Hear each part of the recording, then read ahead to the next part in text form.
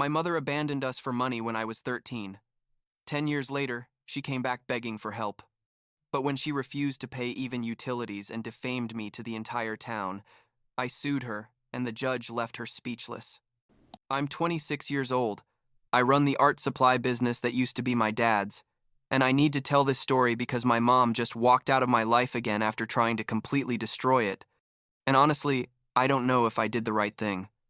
But it's done now. I guess I should start from the beginning.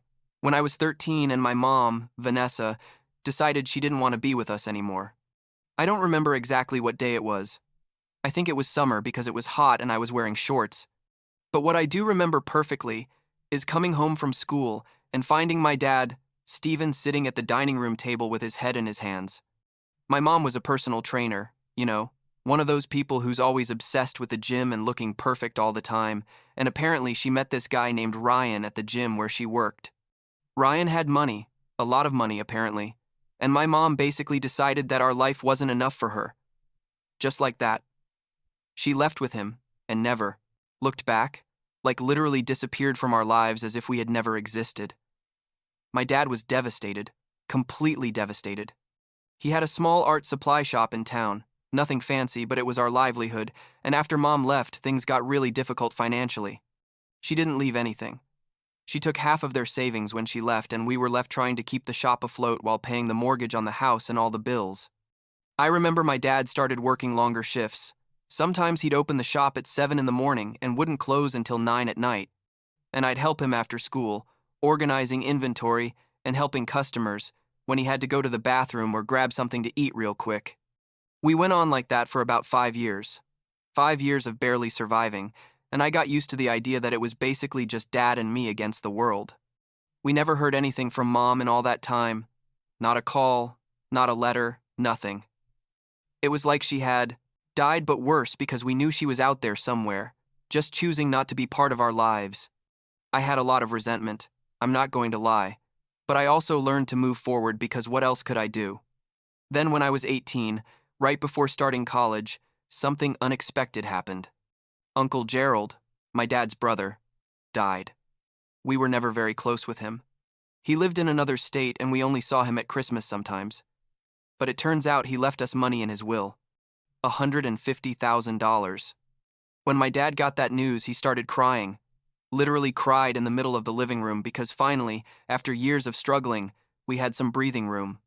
With that money, my dad did something incredible. He expanded the business, opened another shop in the next town over, and he also bought me a small apartment for when I started college. Nothing luxurious, like a basic studio, but it was mine, and I couldn't believe it. He told me, "Peyton, you deserve this. After everything you've done for me these years," and I felt so grateful because finally, things were getting better for us. College went well. I studied business administration because I knew I eventually wanted to help my dad manage the shops. And during those years, things were pretty good. Dad and I talked on the phone almost every day. I'd go visit him on weekends when I could, and the business kept growing. We had 2 thriving shops, and we were finally recovering from all those difficult years after Mom left. Then came my last semester of college.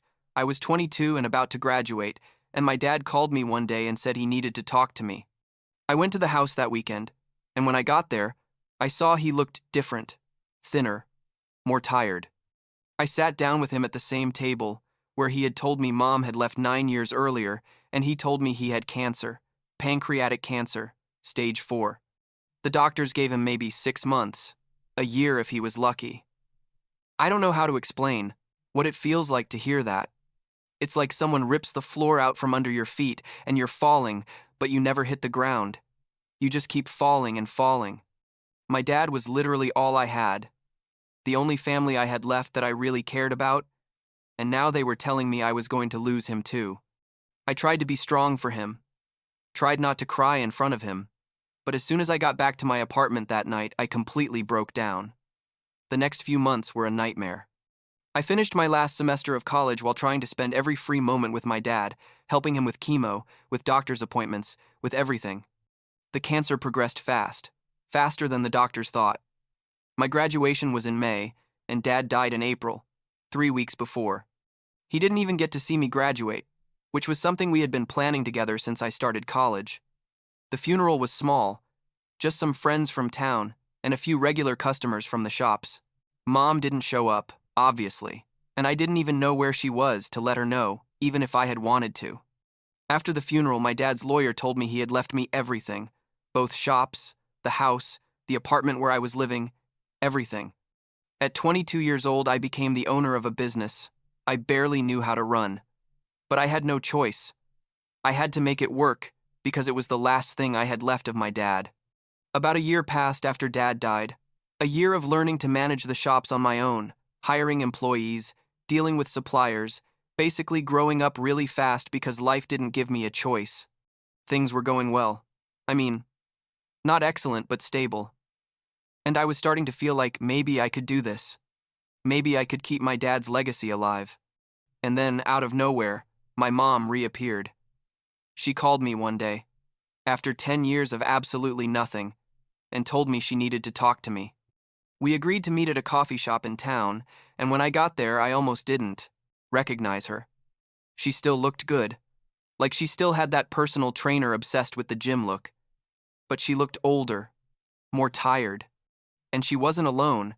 She had with her a teenage boy, like 14 or 15 years old, and she told me, "Peyton, this is Carter, your half-brother." Turns out Mom had had a son with Ryan, the guy she abandoned us for, and now things weren't going well for her.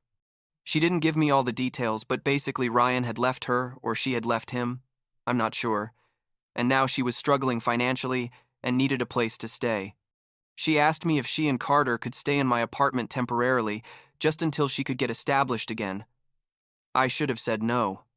Looking back, I should have told her to go to hell after abandoning me when I was 13 and not showing any signs of life for a decade. But Carter was standing there looking at me with those big eyes, and I thought, this kid isn't to blame for any of this. He's just a child caught in the middle of all this shit.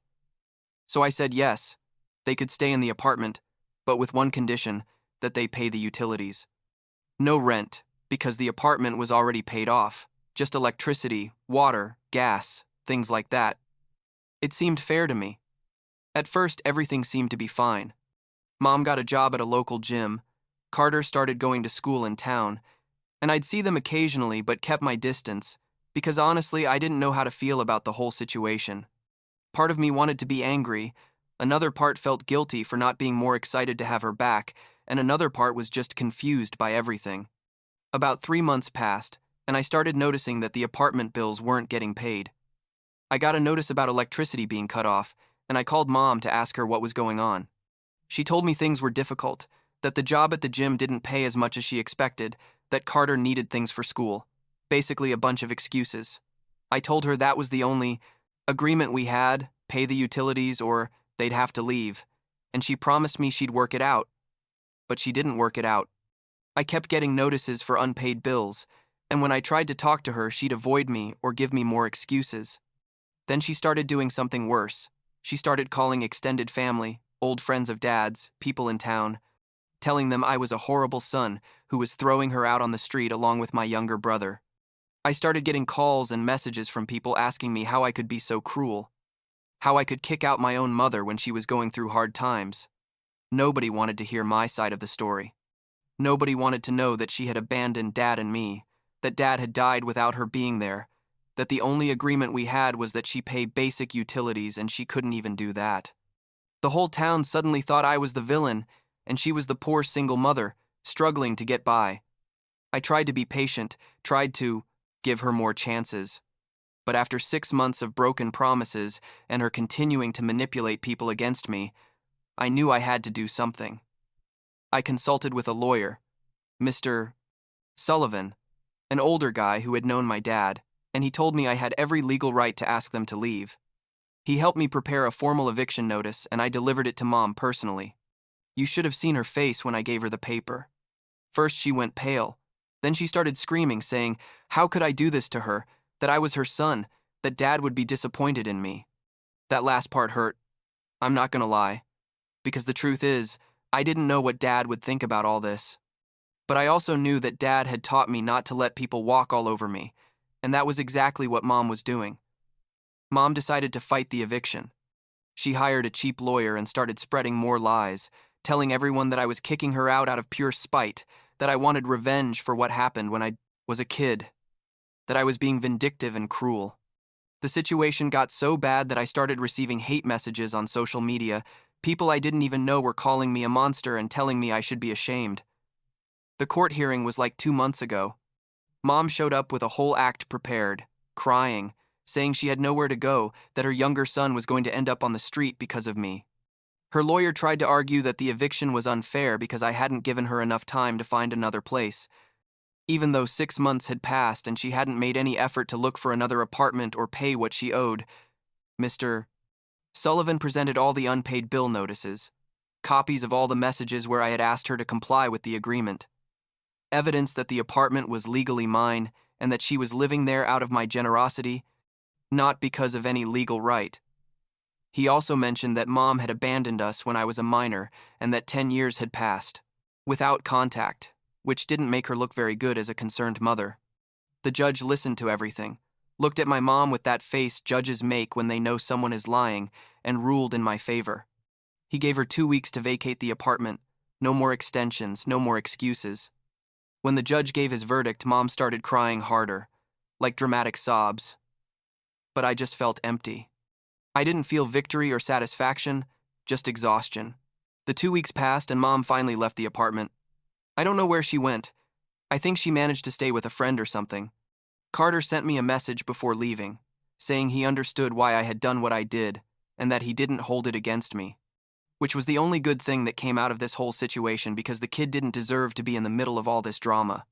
Now, about a month after all this, I still get occasional messages from people in town telling me I'm horrible, but there have also been people who have come forward to apologize because they finally heard the full story. The shops are still doing well, the business Dad built is still alive, and I'm trying to move forward with my life. Did I do the right thing? Honestly, I don't know. There are nights when I wonder if I should have given her more chances, if I should have been more patient, if Dad would have wanted me to help Mom despite everything she did to us. But then I remember all the times she chose not to be there for us, all the times she lied and manipulated people against me. And I think that maybe setting boundaries doesn't make me a bad person. It just makes me someone who learned not to let people walk all over them. The other day I was at one of the shops organizing some new brushes that had just arrived, and a regular customer, an older lady who had known Dad for years, came up to me and told me that Dad would be proud of how I've managed the business.